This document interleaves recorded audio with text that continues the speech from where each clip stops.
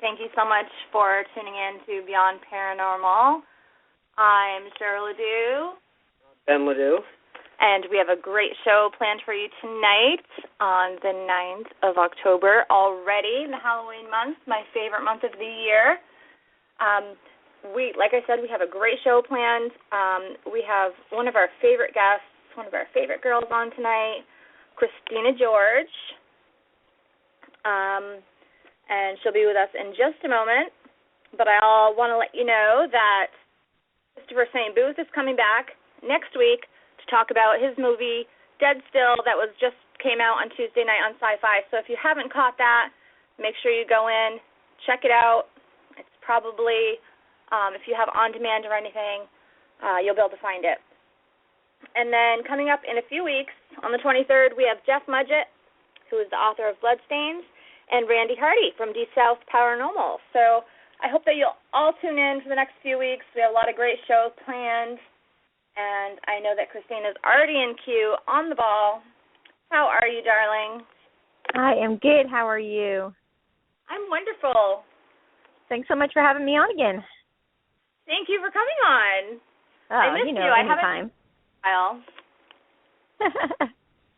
There's always so much going on. I stay so busy, so, it just happened to be, just the right time, and it just happened to be one day that I didn't have anything to do at this time, so it all worked out perfectly, so I'm glad to be here. What a blessing. Well, how's your grandbaby? Both of them are doing good. My granddaughter's 3 now, and my grandson was just born. He just turned 4 months, and, oh, man, I'll tell you, I didn't think that I would enjoy being a grandmother so much. I was, so scared of being a grandmother. I just, I don't know. The thought of it just made me feel old. But, oh, my gosh, no, it's so much fun. And the best thing is I can spoil them to death and then give them back. It is amazing. Yeah.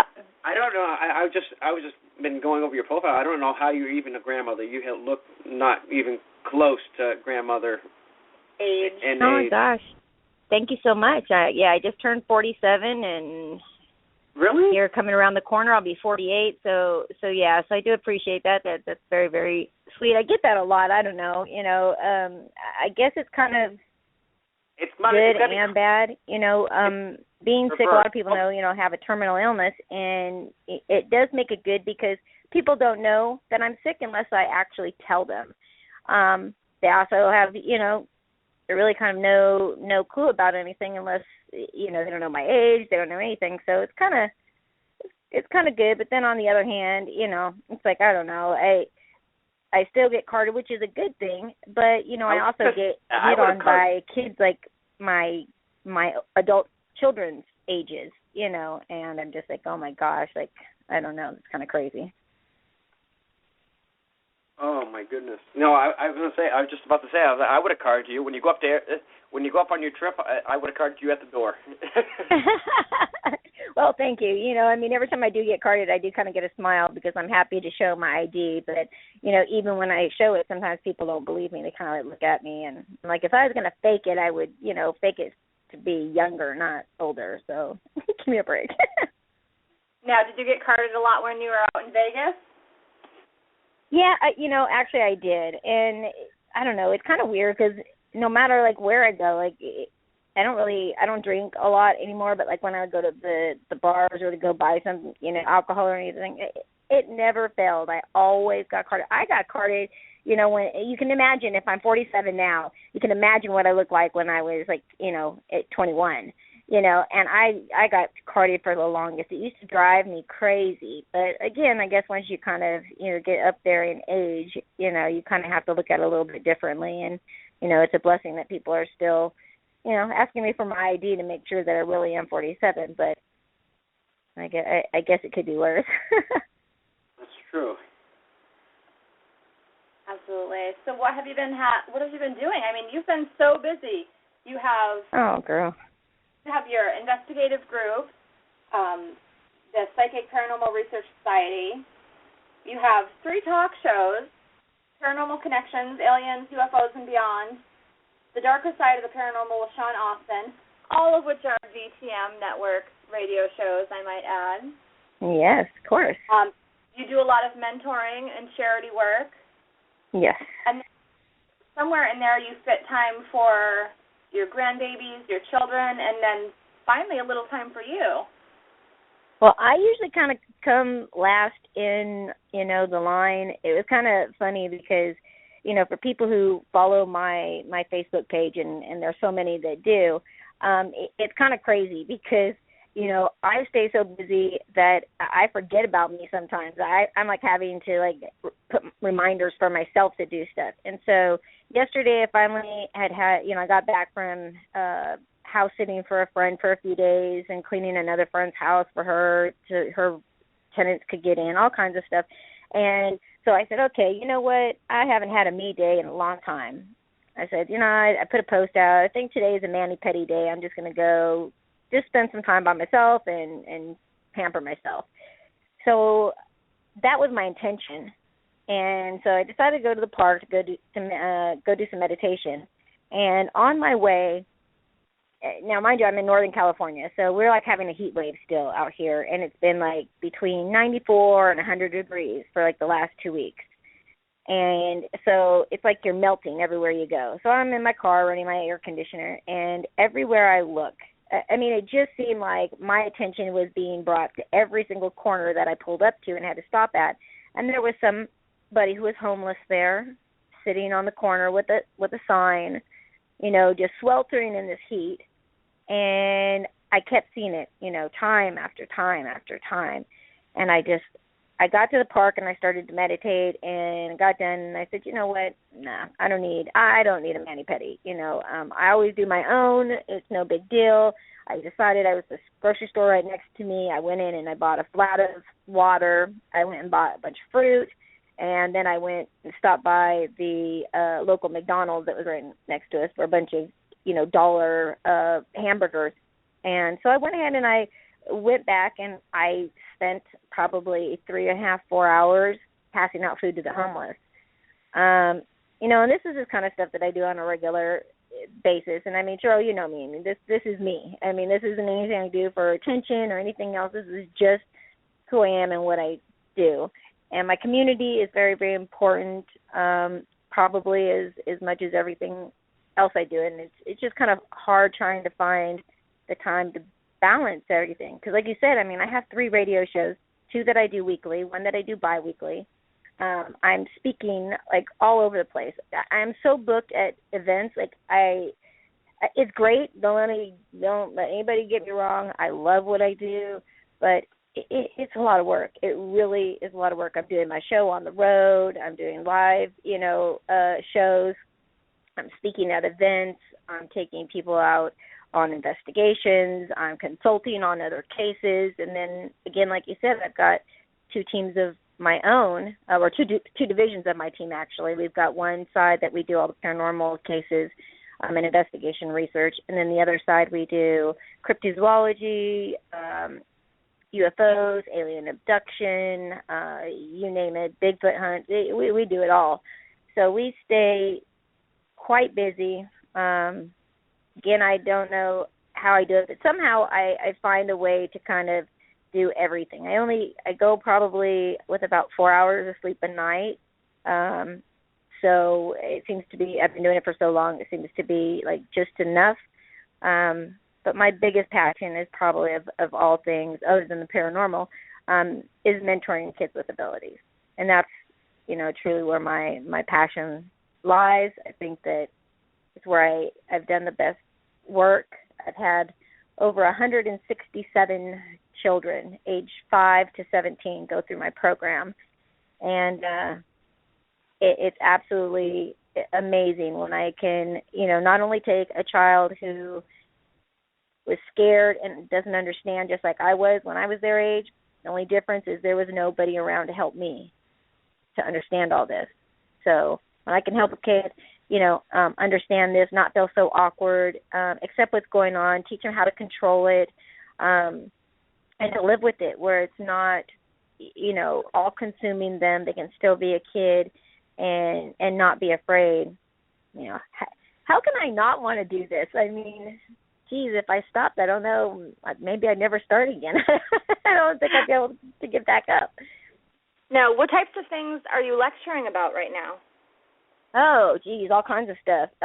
Psychic abilities, drama in the paranormal, protection and, the need for, protection, nation with demonology and, the downsides of that, the shift that we're going through, black-eyed children, you name it. It just really depends because I speak at, all different events, so not just paranormal. I also do, UFO and cryptozoology events, too. Right. So speak a little bit of everything. What's your favorite thing to talk about? Well, probably my craziest experience was my own experience with black-eyed children and a black-eyed adult. For me, it's probably the most prevalent, other than my near-death experience. And I actually do speak about near-death experiences quite a bit on the road, and a lot of people, ask me about that once they found out that I've had one. But you know what? I don't know. There's so many things that have happened over, the last 12 years that I've been investigating, in the public eye, that there's just so many topics. I mean, geez, every single time I, can pick something out, new about what we're doing, whether it's, the new gadgets and technology out there, all the way to kids with psychic abilities. We're seeing an uptick, in children now speaking up, not like it was when I was a child and, you couldn't really say anything. Kids are starting to tell their parents. And one of the things that I do is I don't just mentor the children, I mentor the parents as well. Because, again, they are their children, not mine. And although I love every single one of them, it's not my job to raise their kids. It's, my job to teach them about what they're going through, as well as the parents and how to better help, their kids and support them through all of this. Because, a lot of people, there's a lot of bullying going on in school. Kids, I wouldn't even want to be a teenager in high school anymore, to be honest. I mean, I know there was bullying and stuff back then, but not to the degree that it is now.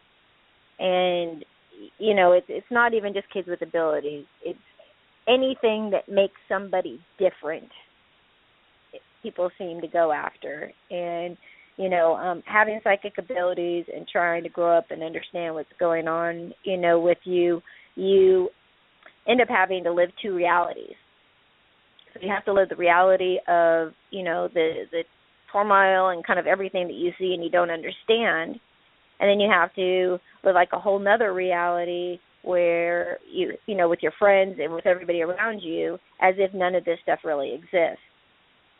And, it's really, I think, growing up, that was the hardest, part for me. I didn't know and didn't understand what was going on with me. I had no clue what my abilities were. I didn't know what an empath was. I didn't know why I could see spirits. I didn't know any of this stuff.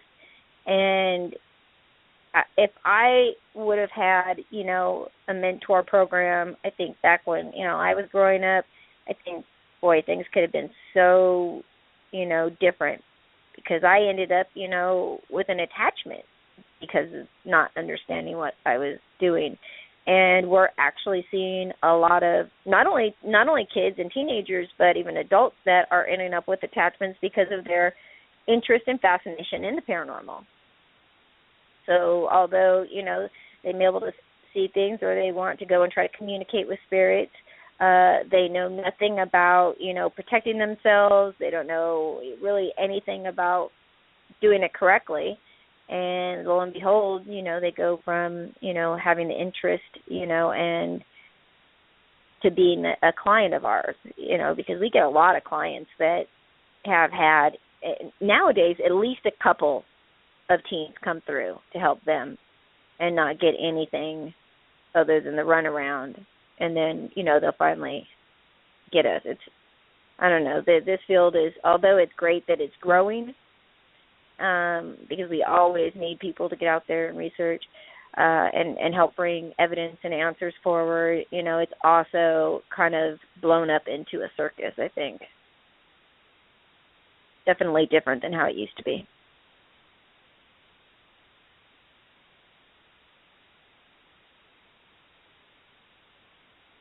Hello?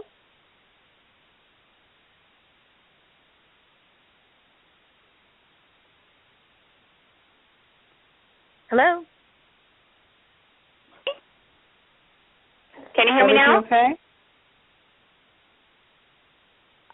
I just need to get put back in. My phone just dropped off the grid.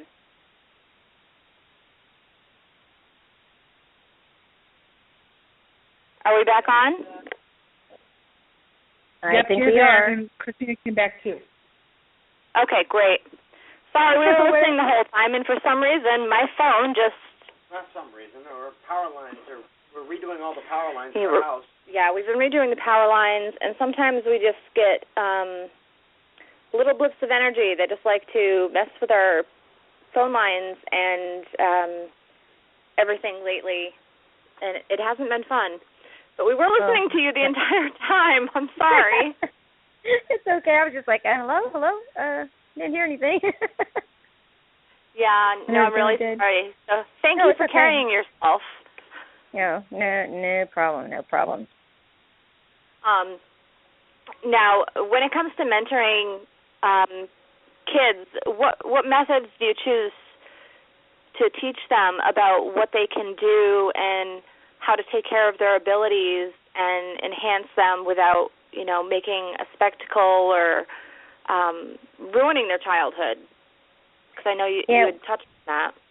Yeah, well, the thing is that having abilities and really, especially, once they're kind of activated and you're working on them, they get very, you can kind of expect that they're going to get stronger. And for a lot of kids, they just want to be regular kids. Like, they don't want to have to deal with this kind of stuff. And, unfortunately for those that are very gifted, it is going to be, a part of their life always. So my biggest thing is to kind of help them control it. Right away, we start them into meditation and teaching them the correct way to meditate and opening different chakras and so that they can, better connect with their abilities. I will tell you that and I've actually been speaking about this a lot, not only on my shows, but on a lot of other shows that have been on recently, and I don't know if you saw my post, but a big thing now is I've been seeing a few groups that have been kind of copying the premise of having a mentoring program. But what these groups consider a mentoring program is getting very young kids, like, 6 to maybe 11, and, giving them a group T-shirt and, calling them, their psychic junior investigators, kids. Yeah. But this is what they're calling, per se, a mentoring program. And, that is not what I do. Like, my mentoring program, we don't take kids out investigating. Right. We won't do it.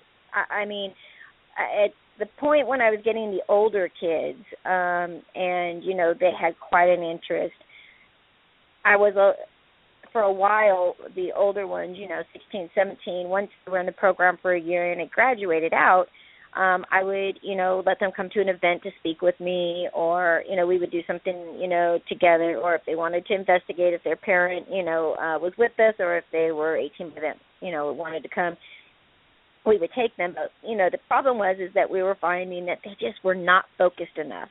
And, the one thing that I really want to impress on people is that, yes, the paranormal is very, very interesting, and it's definitely intriguing, but it is definitely not something to play around with. I mean, if you're going to be in this field, you have to take it seriously. Absolutely. And taking these children and, giving them some electronics and teaching them to do EVPs and things like that, I just think it's so reckless. Because, all you're doing is teaching these kids to go out and, invest and be investigators. I mean, how is that going to help them? Especially, as a psychic child, they are already a target anyway. It's kind of like, leading a lamb to slaughter because, they've got these abilities, but they have no idea how to control them or even what to do with them.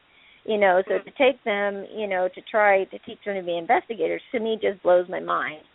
And I put a post up on about it, and oh my gosh, my page was just going crazy with, people chiming in because, I have close to 5,000 people on my page, which are, the majority of them are on my private page that are primarily all investigators or with groups. So a lot of people chimed in, and a lot of people were against it, just as I was. But there were a few that, felt that, hey, if your kid's got a fascination, who better than, what better way to teach them, all about this than, to be with the adults so that they can watch over them. But unless they really know how to deal with children, with abilities, or just children in general, I just think that, again, it's something that it just blows my mind that there are actually parents that are agreeing to this. And some of these teams, I know their junior teams happen to be like their children. And I think that it's like more like, okay, we can't, like, we're not going to get a babysitter like to babysit all night, so we'll just take them with us, and they've seen it on TV, we'll take the whole family. But again, right. I just don't think it's right. Not smart. Yeah. Now, it's a little different in my house, being an active house. We have never brought the kids on an investigation, but they have had to learn how to deal with things in our house, so that they're not afraid. Right. We have had to teach them, different ways to meditate and calm themselves and, keep their energy themselves. And if they feel something negative, how to, like, push it away.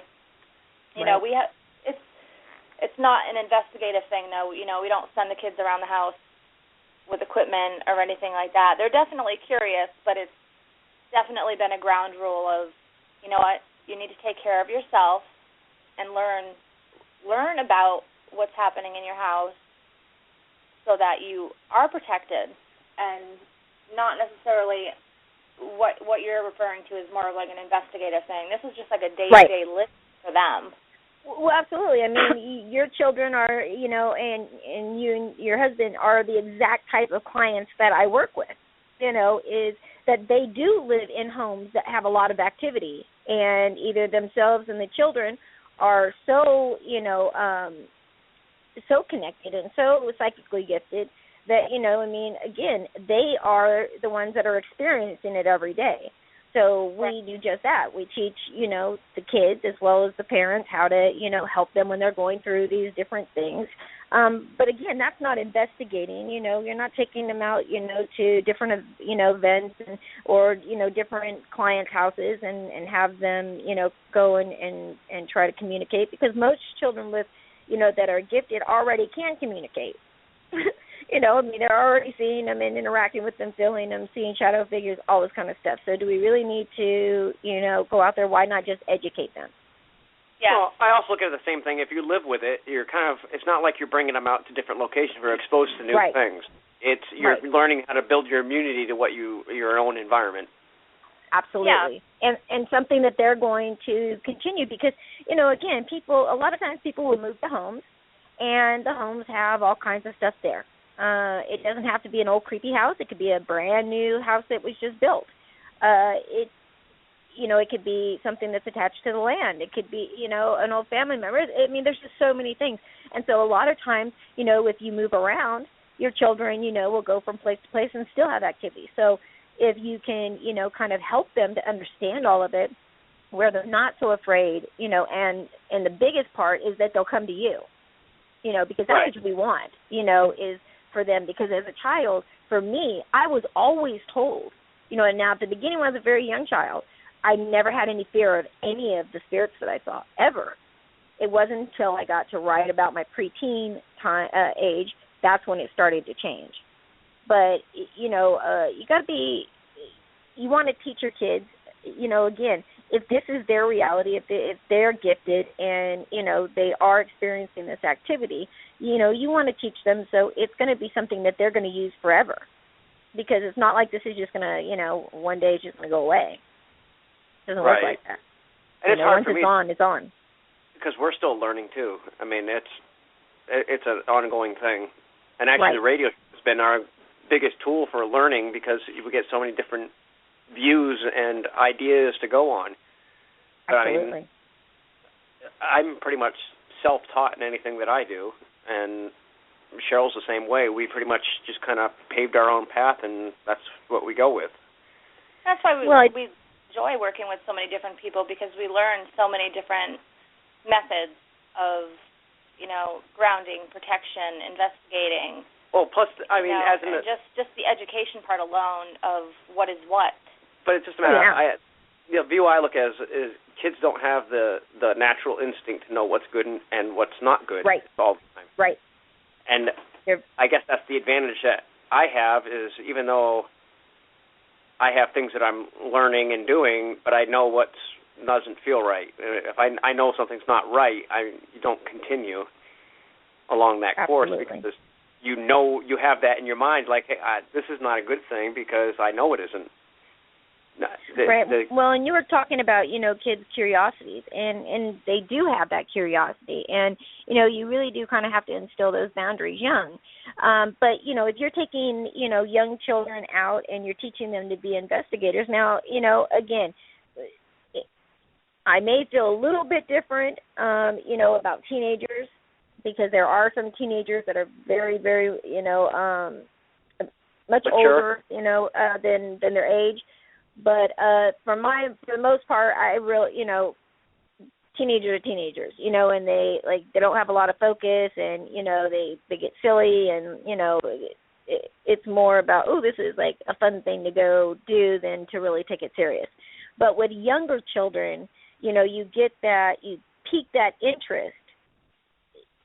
Where does that then take them? And what do they start trying to communicate with on their own. And again, this is the kind of stuff that worries me, because, a child getting an attachment or, having a spirit follow them home that is, isn't going to be very, nice. It is very, very traumatic to end up as a child with an attachment. Now, how do you recognize an attachment for a child? Well, for me, and actually now that I've been mentoring so many kids for so many years, we get a lot of the things. We get, that maybe they'll have, a lot of nightmares. They will start to draw or talk about, shadow figures or the bad man, different things like that. I always tell parents, you really have to pay attention to your kids, even when they're little. People always say, he's just little and, the imaginary friend and all this, and it's bull. We need to listen to our children, because if we don't listen to our children and we kind of just, go along, that doesn't exist or anything, eventually they're going to stop coming to you. That's exactly what, happened to me. The spirits kept telling me, hey, the one rule, you just don't tell any adults, because nobody else will believe you. Right. And I was always taught that you had to tell your parents everything. So, of course, I went to go try to explain what was going on with me when I was, like, that stop. That it's not even true, doesn't exist, stop that, So there are a lot of different indicators that your child may have an attachment. Also, you might see, we've had children that have ended up having an attachment and have a lot of physical manifestations of it. So each case is really kind of individual. But if your children are getting scared of something, becoming more withdrawn, aren't wanting, to talk to you, you're seeing some behavioral changes, things like that, you got to pay attention. You really have to. And, again, we are seeing more children, with abilities, talking and telling people about, what they're seeing. And finally, we're really getting, people to kind of pay attention. And, right. Maybe it's from the shows that brought the attention to the paranormal, that, brought people here, to try to understand their own situations. Because for the most part, most of the people I've met in this field have a personal story that brought them here. Oh, yeah.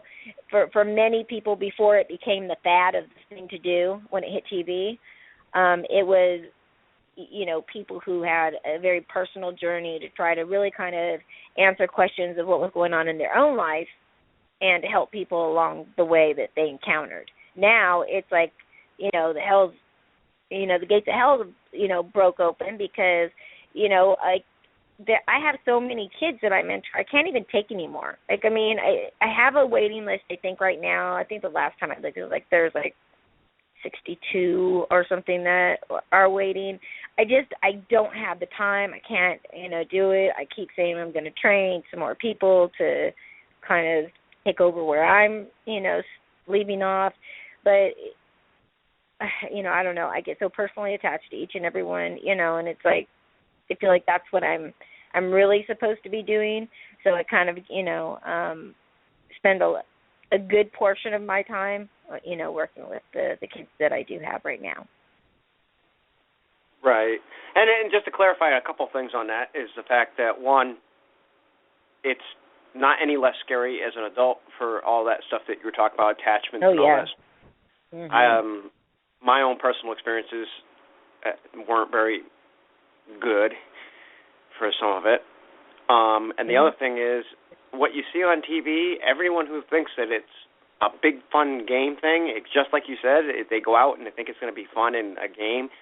It's serious, and it needs to be thought of as serious and taken care of as seriously, and everything needs to be done in a correct manner, because when you're all done, you get to go home to your nice, quiet house, and you get to leave a client in a uproar, potentially, if you set things up. Yeah, absolutely. And as I said, we get cases out here all the time. I think there's, let's say, 10 years ago when I was out here, I was doing this, I think there were 4 groups in our whole Northern California area. Now they're close to 1,000. So, it's for anybody who's a client to try to actually find a group, it is hard to find a experienced team, because you have people now that are watching the shows on TV. They're using that for their training, okay? Then they get a friend or two, and then they go to Facebook and they make a page, and they make a banner, and then they're a group. And that's all and then, then they have to make the T-shirts too. So then they're a group. You have to have T-shirts. Have to have T-shirts. It's not official with T-shirts. You have to have the T-shirt. Yeah. Can't be a real investigator without the T-shirt. So yeah, I know when we started out a few years ago, there was a couple big groups throughout, Massachusetts, New England, and now I think there's a group in every town, if not more. Right. And most of them, if you look up their pages, it's not, I can't say that they're serious. A lot of them say, we are thrill chasers, we are ghost chasers, we are ghost hunters, whatever. You know it all, and that's not the case. And I know our friend Tammy made a joke on Facebook earlier where someone had said they were going to, trap a ghost or something. And, but that's a joke right there. I would love to see that trap, like Ghostbusters, throw it out, and suck it into the trap. And the thing is, Cheryl, so I had a big debate on my page about Ghost Asylum on Destination America, because that's where all this came from.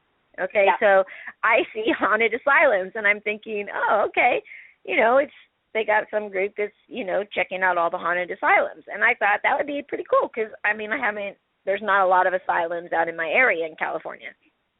So I turn it on, and within, the first 5 minutes into it, they're doing the intro and everything, and then they said, we're not just normal ghost hunters. We don't just look for ghosts. We capture them and release them. And my jaw dropped. So I got on the computer and I went and I'm like, you've got to be kidding me. Seriously? And so they were showing all these little techniques and stuff that, they were going to catch them and they were going to relocate them. And I'm like, what the hell? Relocate them? That's not crossing over anything. You're just taking them to another, location and dropping them off. That's, how the hell is that helping anybody? But the whole thing of, we're going to capture them. Yeah, okay. I mean, again, this is what our field has turned into. That and there are actually people watching that show. Yeah. I think a lot of people don't realize that you watch an hour show. I mean, that's even if you just look at it from the serious shows. You watch an hour show. That's I mean, you're talking days of work just to produce one. Oh, absolutely. Absolutely. And sometimes multiple takes. I mean, if this isn't all live, are you guys, are people kidding me? I mean, it blows me away when people think that this is the way, everybody investigates. There's plenty of times you can go out there and sit out somewhere all night and not get a thing, not get one thing. Does it mean that the location isn't, active? Absolutely not. You just might have came and they decided they didn't, feel like, playing with you or interacting with you.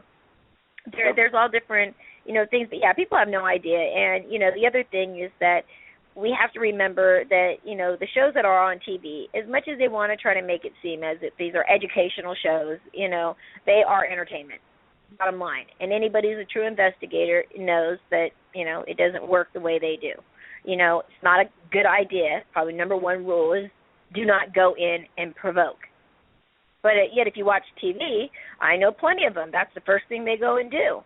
They want to go in and take a client. I just had a case just recently, and they had a team come in, and they just got to cussing up a storm and everything, and, nothing happened for a while, and then somebody got pushed or something, and they all got scared and ran out. That's a good point. I mean, you have to realize that when you deal with people, that you have to deal with them as if you're talking to a person because they are a person. Absolutely. And how would you feel if I cornered you into the into the corner of a room and just interrogated you and yelled at you and everything? You'd either not say anything or lash out irrationally. Absolutely. Which either one of them is good for an investigation. And true, you're not going to but I mean, I've always seen, like I said, I've been interacting with spirits my whole life. And, I have never had to go and provoke a spirit with me. Never. So, right. I don't think that is something that is, even true. If you're over there provoking, there's probably a good chance, if you do come up against a human spirit, that even if it was, one that was very kind and gentle, you might piss it off if you, are all in its face like that. But just imagine if you maybe are dealing with something a little darker, and you don't even realize it, and you go in and you just start provoking and you do all this, and then something really bad happens. Right. I mean, it's the same idea as going into a bar. If you walk into I always look at it from the real life because it gives people a better perspective to me. Mm-hmm. I shouldn't say real life, but as far as the physical life that we're in. If you go back and you look at, if you walk into a bar and you go mouth off to some big guy in the corner, you're probably going to get smacked. Right. It's just the way it is. And he could be the nicest guy in the world. Absolutely. But you go in there and it's exactly it. If you sit there and you give them you hit them with everything, and of course they're going to act out.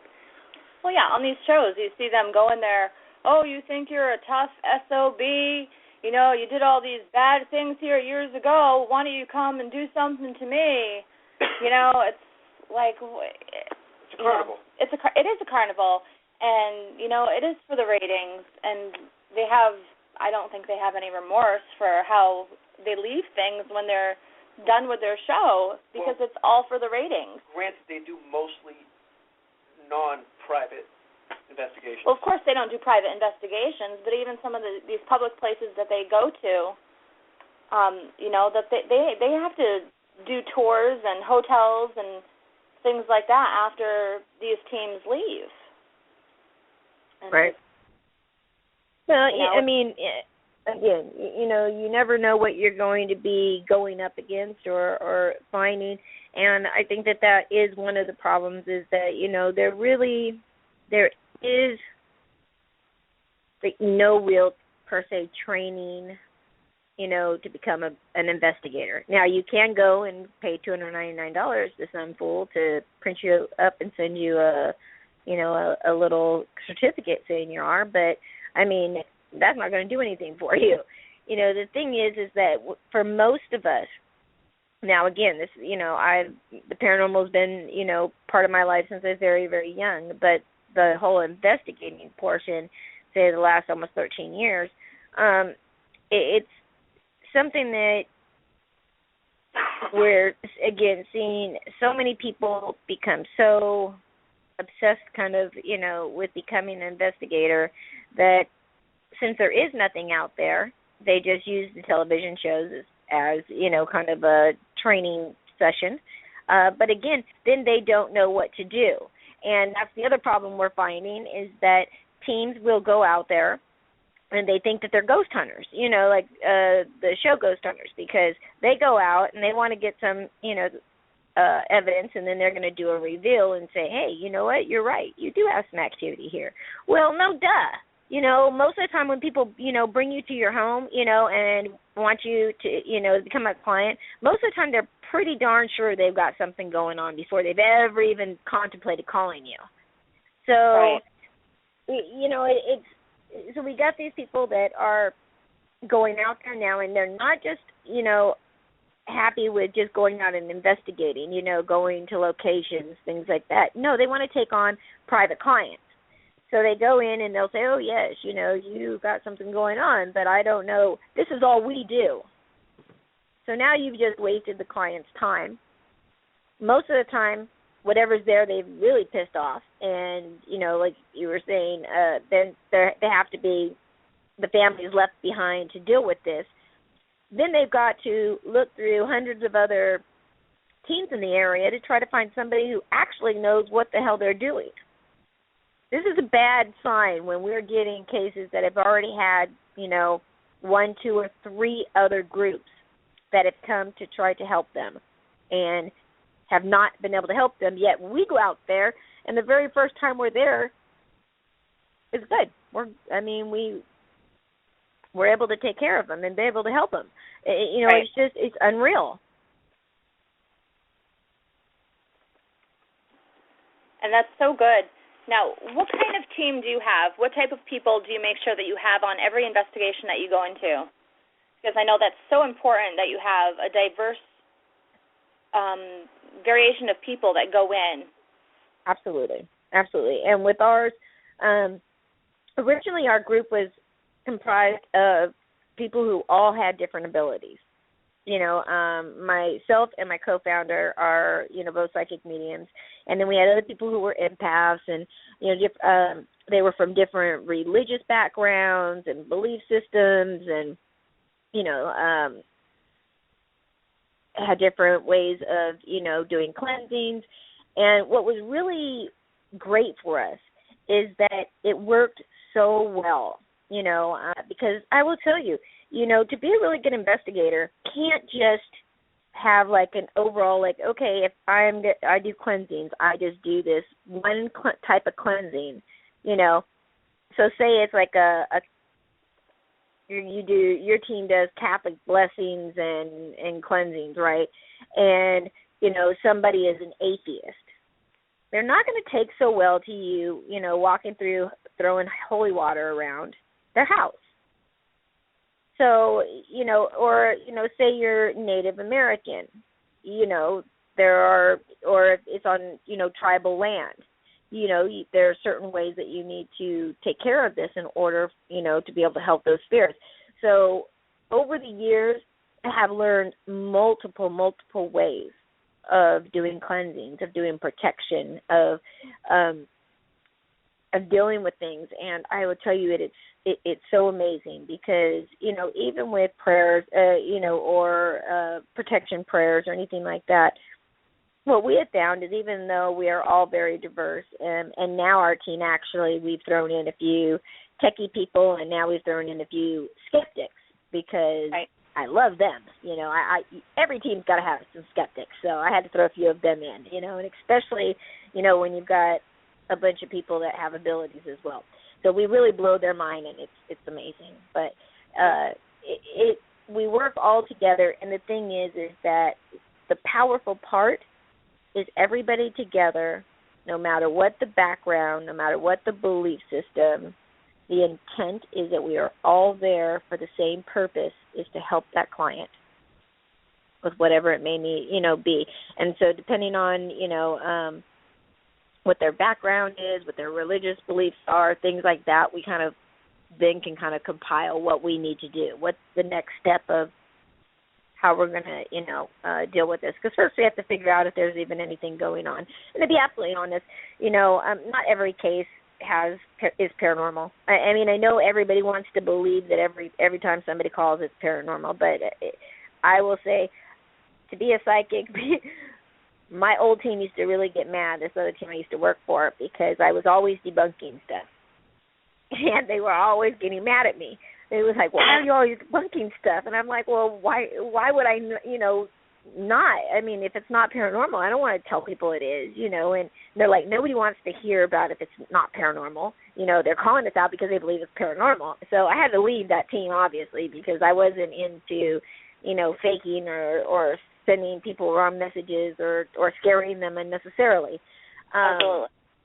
But, you know, we're seeing that a lot now. You know, again, we're getting so many teams that really don't have any idea what they're doing or what they're getting into. And, you know, my biggest thing is I just wish they wouldn't take private clients on.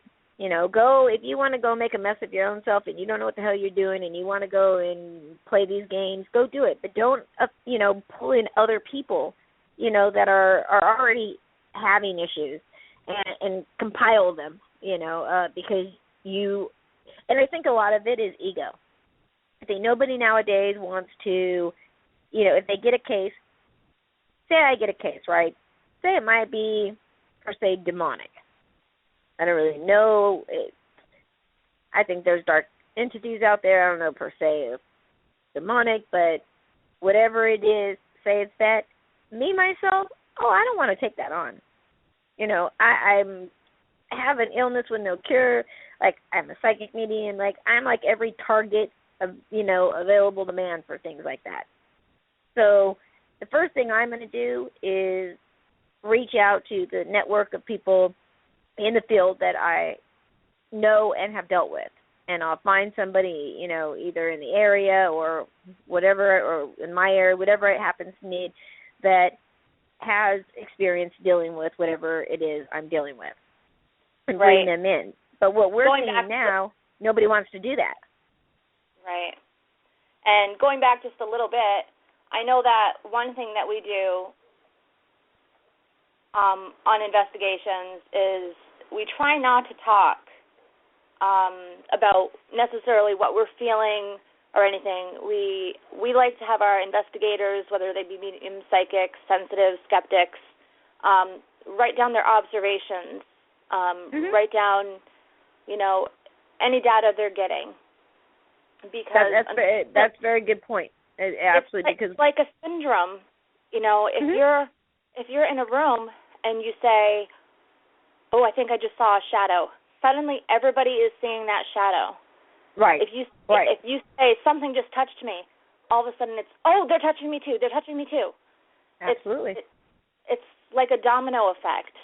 So we definitely encourage people, like, you know, use the notebook system.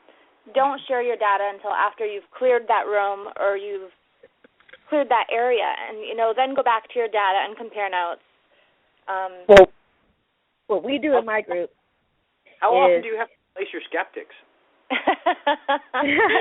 Well, actually, I have our skeptics pose also as our case managers, because being a psychic myself, I don't want myself or any other psychic or anybody else with abilities on my team involved in the researching the background of the case, because then if they do become involved, then we really don't want them, like going and being part of the investigation, psychically, because you've already got information that you've already been given.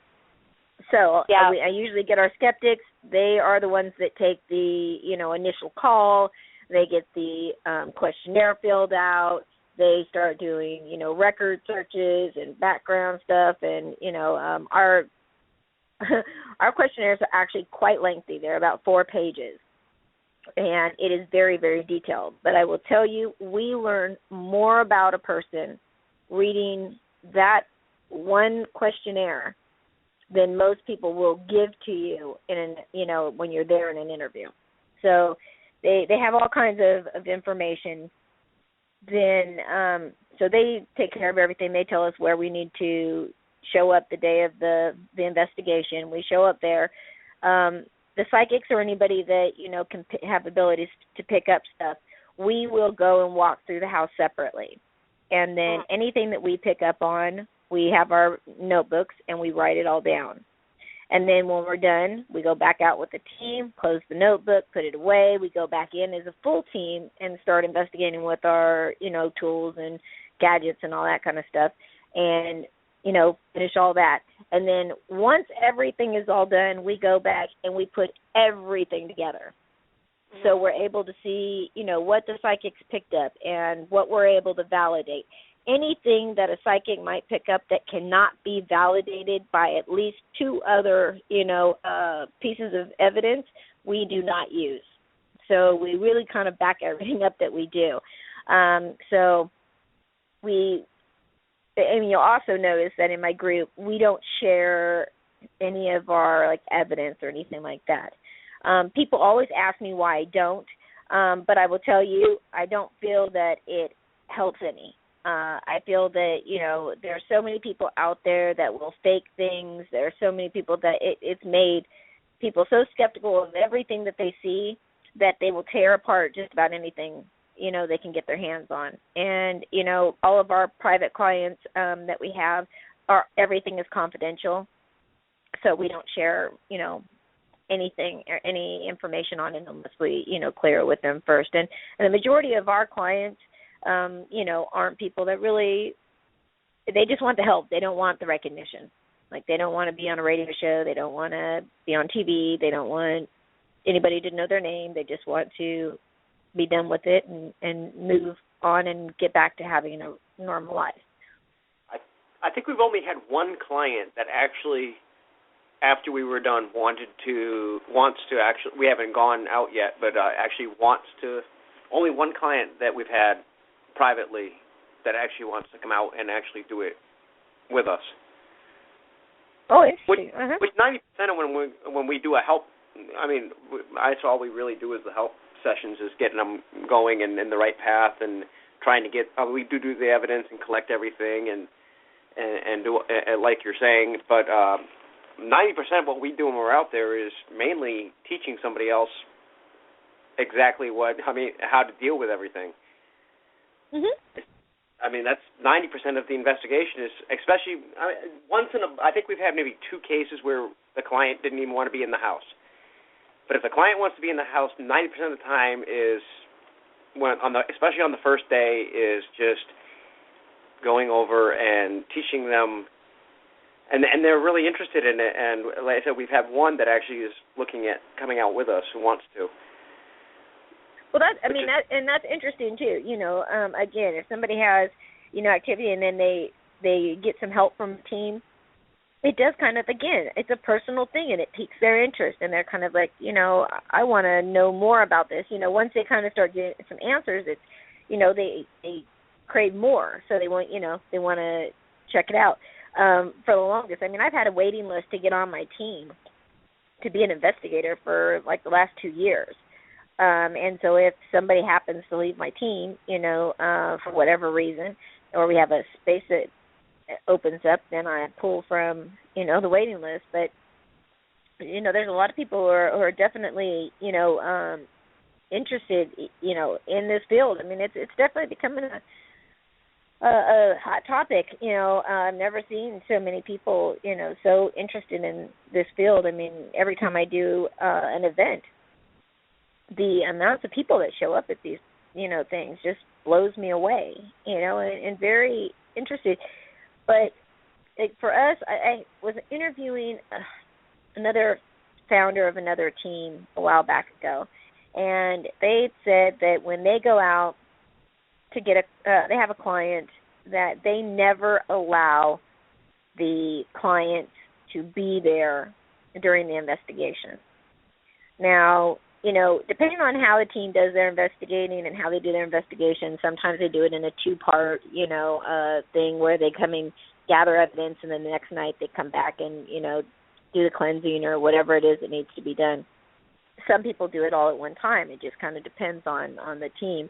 But for me and my team, we always have the clients involved because, again, we have to remember that these are their homes.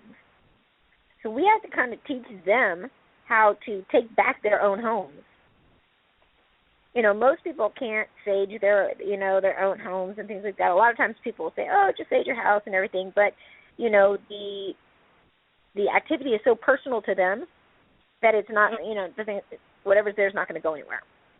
You have a team that's not personally attached to it at all. They go in and they do the cleansing and everything. It seems to work. But I always, again, I don't allow the kids to be there. But if the children are involved, I do speak to the children, and then we try to work with the family. And with our team, we do a lot of aftercare. So not only do we, get the clients, we help them. Sometimes people have been dealing with activity for many, many years. Sometimes their children, have been severely affected by it. We have licensed hypnotherapists, we have licensed counselors, we have spiritual advisors and ministry. We've got, all kinds of different avenues for people to get aftercare if need be. So we try to really kind of encompass everything and, really make it about helping, the clients because they're the ones that are having, to deal with this, when we go back to our own homes. Now, I have a couple of questions for you from our Sure. listeners. The first one wanted to know what kind of tools, equipment do you use on your investigations, obviously other than your own psychic abilities? Right. Well, I mean, we have all the standard equipment. We got the K2 meters, we've got the audio recorders, we've got the FLIR cameras, we've got the GoPro cameras, the millimeters, we've got the spirit boxes. I mean, you name it, we probably have it. We've got the DVR systems with the, night vision cameras. We have a lot of stuff, and like I said, we got some techie guys, and so we really kind of started also, because I don't just have just a paranormal group. We are a research society, so we actually, like to kind of test out a lot of different equipment and different techniques to see, because again, we're evolving, and where people back in the day would use dowsing rods and pendulums and maybe a Ouija board, if they knew what the hell they were doing. Otherwise, they'd end up with worse problems.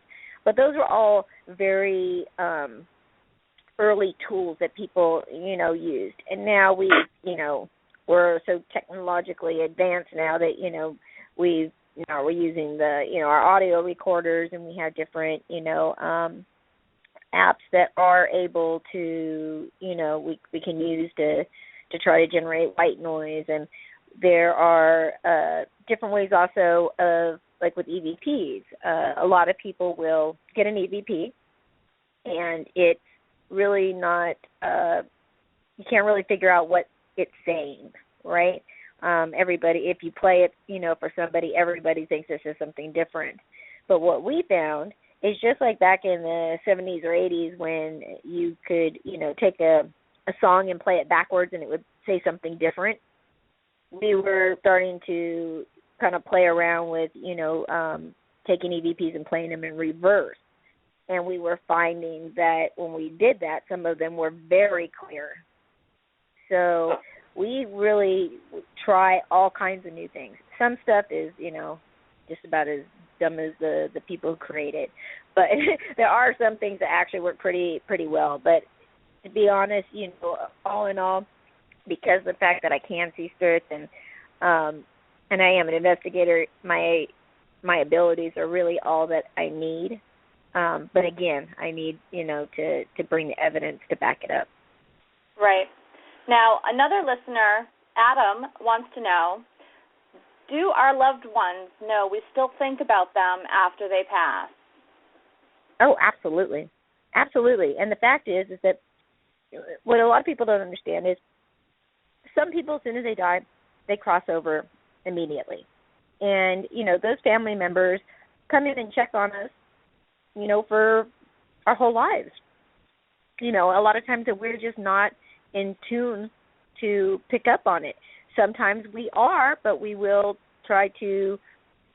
we'll feel something, or we'll have a smell of a perfume, or a smell that reminds us of somebody, or a memory pops up, or all these different things, and we'll try to rationalize it and, figure it, something else. It was something else. Don't worry about that. It's not really somebody trying to communicate with me. So, people don't always know. But, again, I will tell you that when people do pass away and we are grieving so hard, it sometimes makes it very hard for our loved ones to cross over. And they will choose not to cross over because they want to stay with us to kind of console us, even though we don't know that and most of them don't know that they're around. Right. And then there are other people who, die suddenly, tragically, stuff like that, and they don't even realize that they're dead.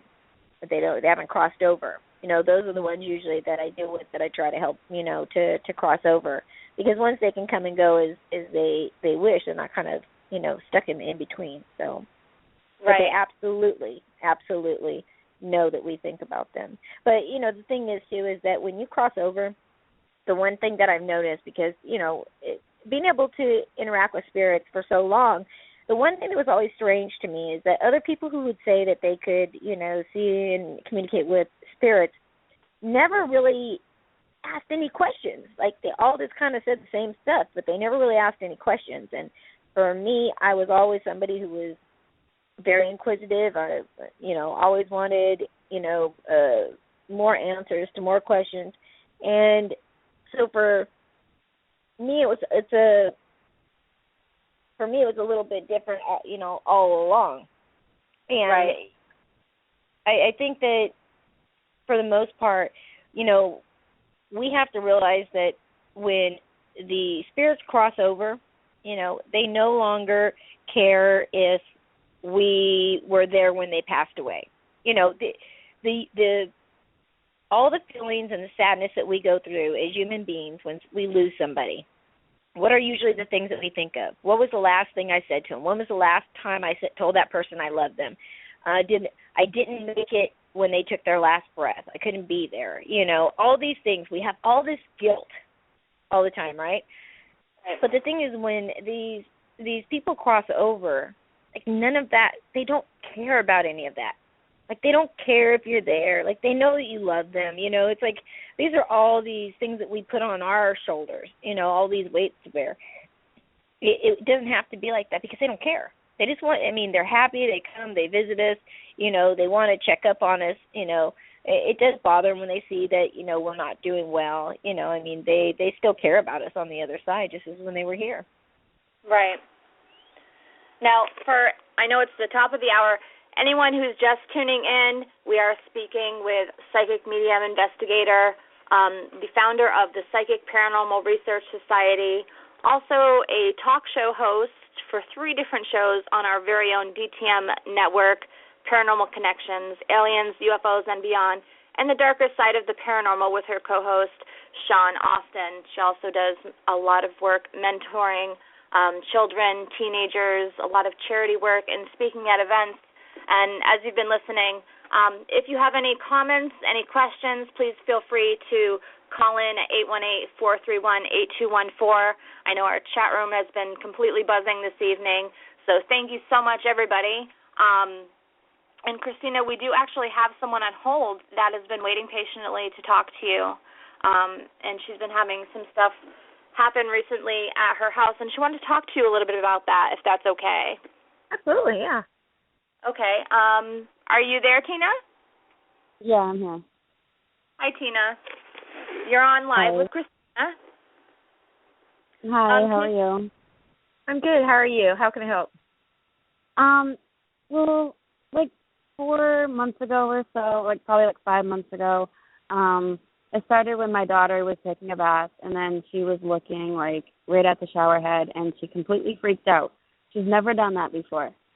And I actually had a medium come into my house, and before she stepped foot into my house, she knew names of my other children's grandfather and his father. She knew the names. So I guess they were here. And then my daughter, my oldest daughter, actually saw my 3-year-old like rocking back and forth very slowly and then fell right asleep. And that's not like my daughter at all. Right. I guess there has been a lot of activity here from what the lady was saying. I know negativity like brings it on, and me and my baby's dad, which is also my boyfriend, we're arguing a lot. We did an EVP recorder, and my brother actually was here too. We got a little bit of answers, not much. We just found out who was here, and my daughter saw them because she's an open spirit. And then, like, I was away for, a couple of months, and I was staying with someone else, and then I come back, and me and a friend did an EVP recording by ourselves, and we heard this girl say, help me, help me. There's something she needs help with. I don't know what it is. She won't say it. And I've been, like, hearing noises still, knocks at my door, the lights turn off. It's kind of freaky. Yeah. Well, number one, I do pick up that you've got, a few different things going on there. I do feel that there are some family members that are there that, do pop in and out around you. That's probably exactly who the other medium was picking up on. But I also pick up some few other things, and one of them is kind of a little bit like I can see where a child could be kind of scared of it. Go ahead. My niece was actually here for a couple hours, like a few days ago or so, and she told me that she didn't want to be in my daughter's room. I asked her why, and she said, there's a dead boy in the closet. Okay. Well, as I said, I think that, he's a child in need, but the problem is that because of the way he looks, he is scary. Imagine if you saw, like, a dead boy on a scary movie, something like that, and plays into it. I feel like that, what's there doesn't mean any harm.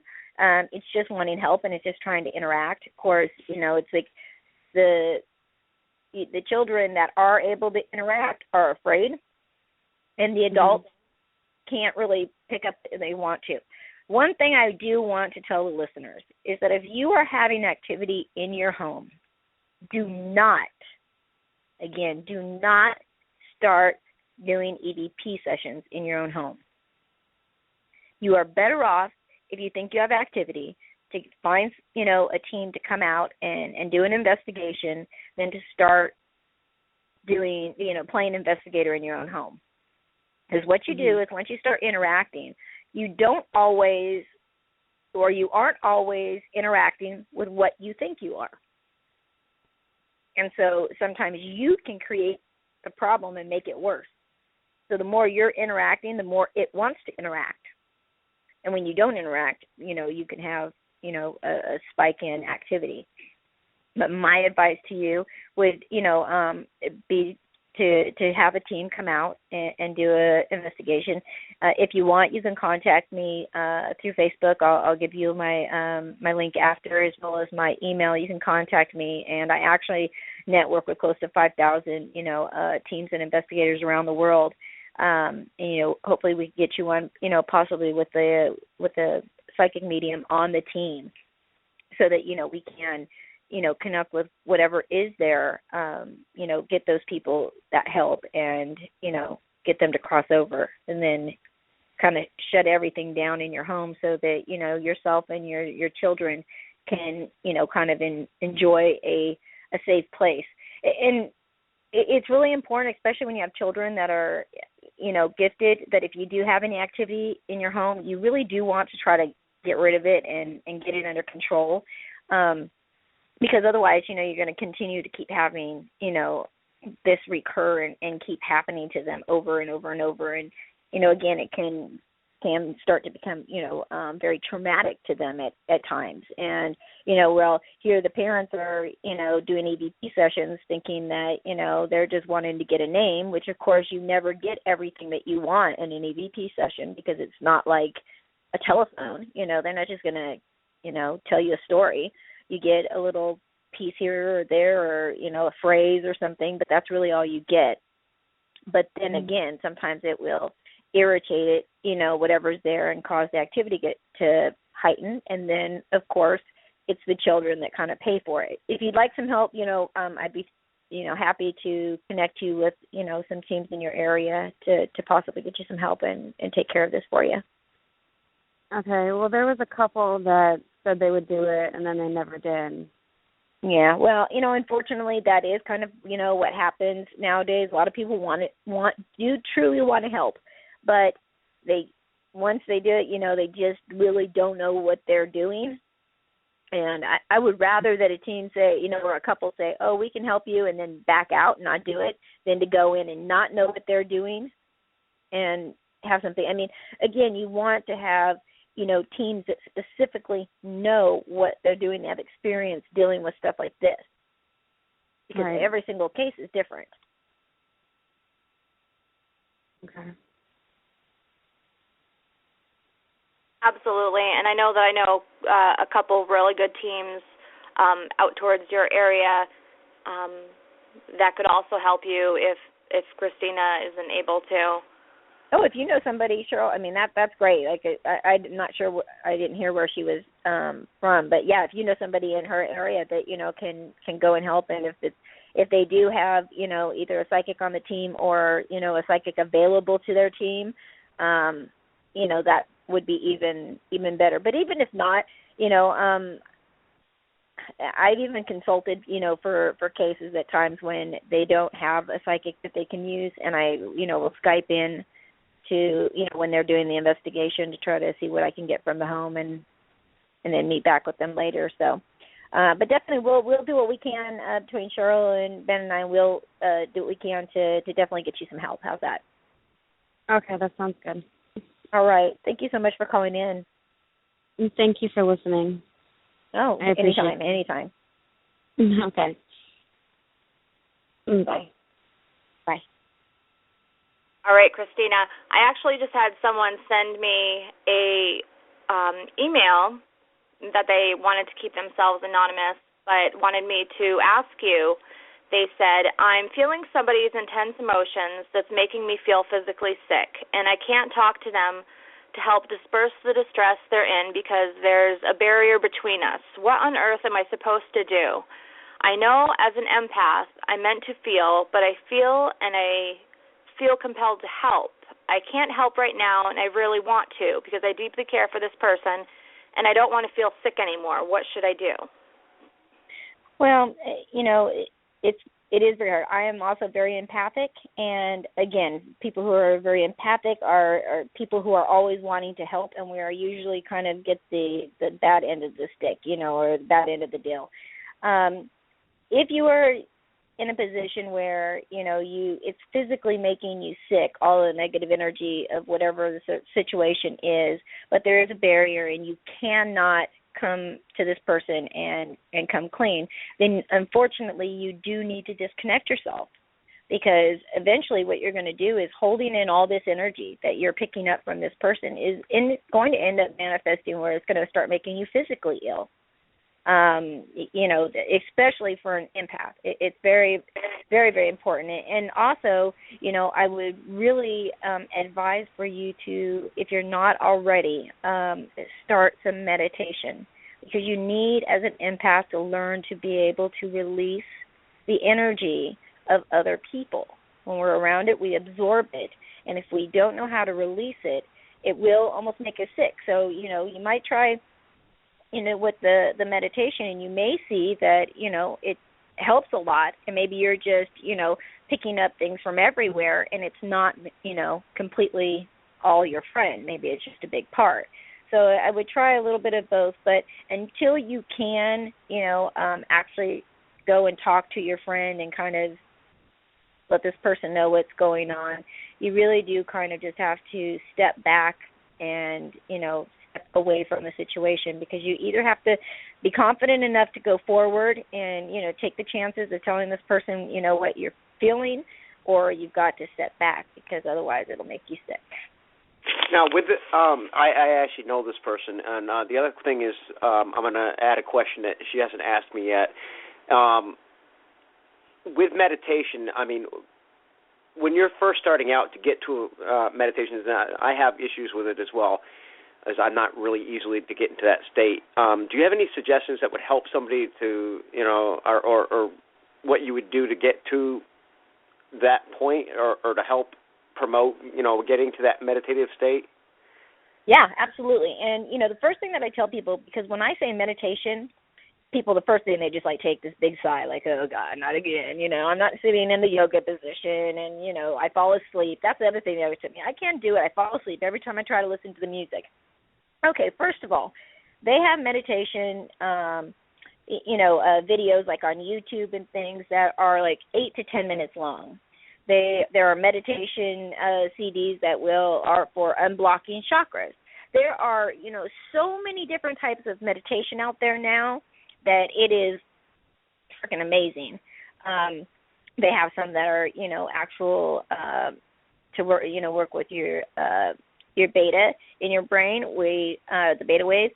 There's different, symbols and shapes and colors that, flash across the screen. There's all different kinds of ways. And so I tell people, if you tried one way, and, if you try to get into meditation and you try to go and listen to, an hour-long, calming music, you're probably going to fall asleep. Absolutely. You're going to get in such a relaxed state.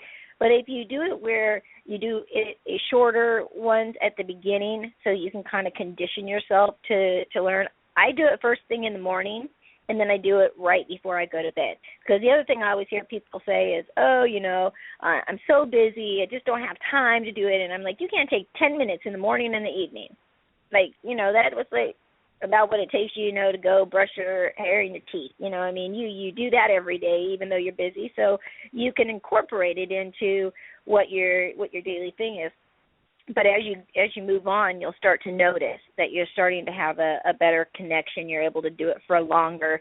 You then eventually don't need to listen to it anymore. You can kind of just meditate all on your own.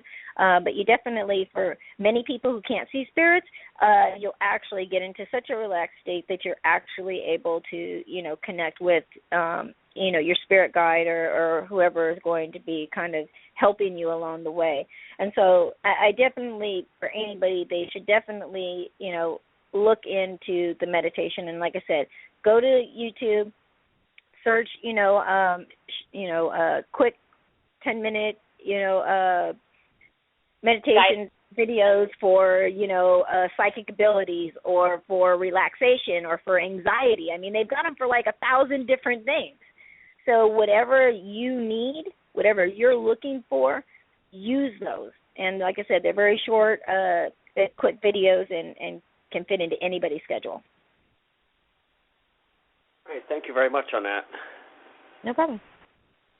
Yeah, and I was just saying in the chat room, being empathic, I've kind of had to learn the difference lately. I can be talking to my mother on the phone, who she has chronic kidney pain, and she gets stones. And I've found that every time I talk to her lately, I will get the same exact kidney pain and the same spot, like I'm the one that's in pain, and then just we have such a deep connection, and yes. I've had to get off the phone, go ground, meditate, and then the pain goes away, and it's like, okay, that was an empathic moment for me. That was, and I've had to kind of decipher, and some people don't realize that that's what's happening to them. Yes. Absolutely. I have a few people because, as most people know, I've got really bad kidney issues, and I get stones, like, all the time. And I have a couple of my investigators that, all of a sudden, out of the blue, I'll get sick in the middle of the night, and in the morning I've got a text from them saying, "What's going on? You all right? My back's hurting. What's going on with your kidneys?" And it's just like right on cue. And I'm like, oh, okay. But, just like when we were, talking with the other caller, with the anonymous email person was asking the question, just like with you, you're very empathic. And so, if you're talking to somebody on the phone, you're picking up their vibration, right? And so you are picking up all that. So if they're not feeling good, or if they're sick, or they're upset, especially if you're a very strong empath, you're going to really feel it 10 times, harder. And especially if you pick up, like, illness and pain, oh, my gosh, like, it's the worst. Unless you understand it, it's really hard to explain, but you're literally feeling that person's pain. And the only way you really can break it is to disattach yourself. So where, Cheryl, you'll hang up, you'll say, okay, Mom, I got to go, and go back and ground. Like, that's what the person who sent the email, like, that's where that person needs to do as well. Like, they got to disconnect and kind of dump all that energy, because otherwise, if you hold on to that, it can, eventually manifest into, your own self and start making you sick.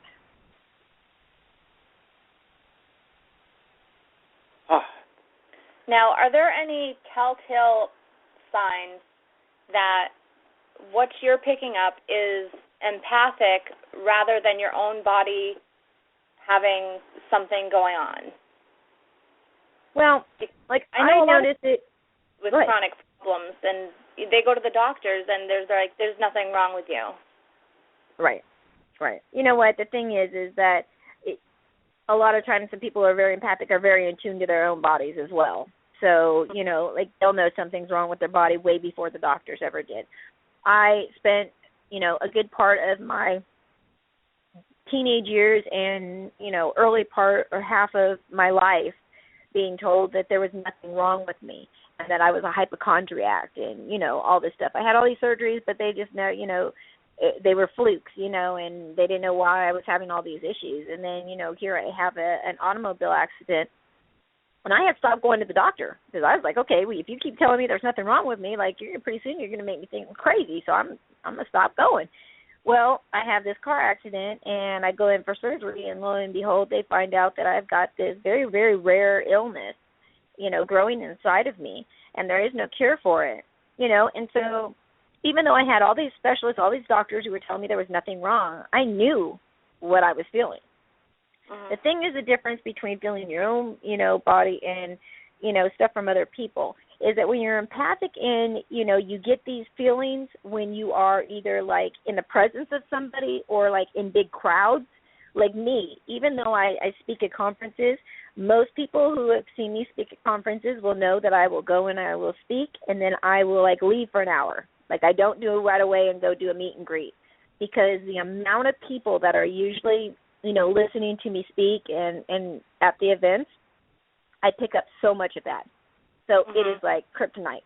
And so I will just be, like, drained beyond belief, if not, and won't make it through the whole thing. So I'll kind of go, meditate, reground, and dump all the energy and then go back out for another round.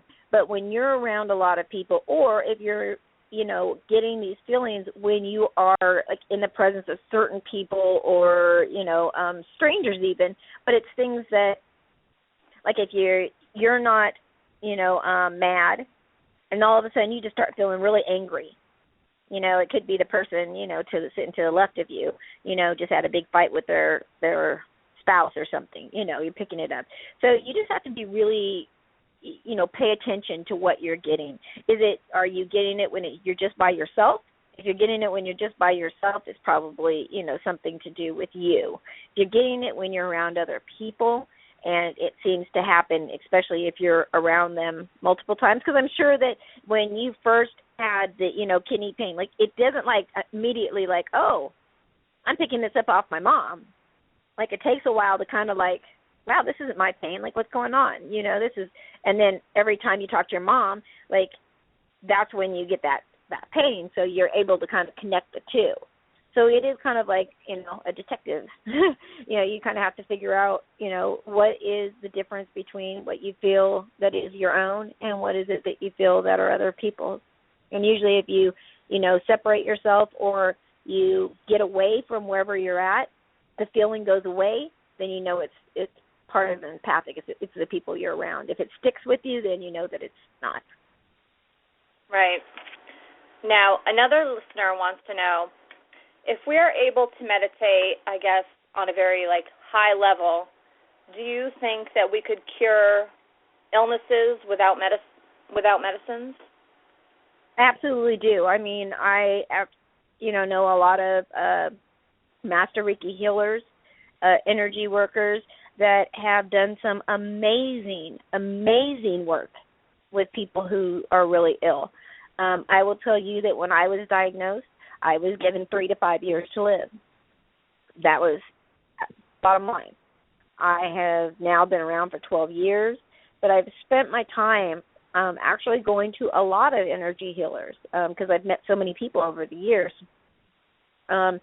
Nobody has been able to completely cure me, but it did slow it down to give me, all this extra time. Now, my illness has progressed now, and it was something that always was going to progress. I have scar tissue and connective tissue that grows like ivy and wraps around all my internal organs till they no longer function anymore. So it was never, I don't think, going to erase it. But there are so many things that, they are able to cure and able to help people with all these different illnesses and things, and I actually recommend it because, nowadays we go to traditional, doctor, and the first thing we go in there, it doesn't matter what we go in there for. We could just go in for a checkup, and they're trying to give you some kind of, prescription.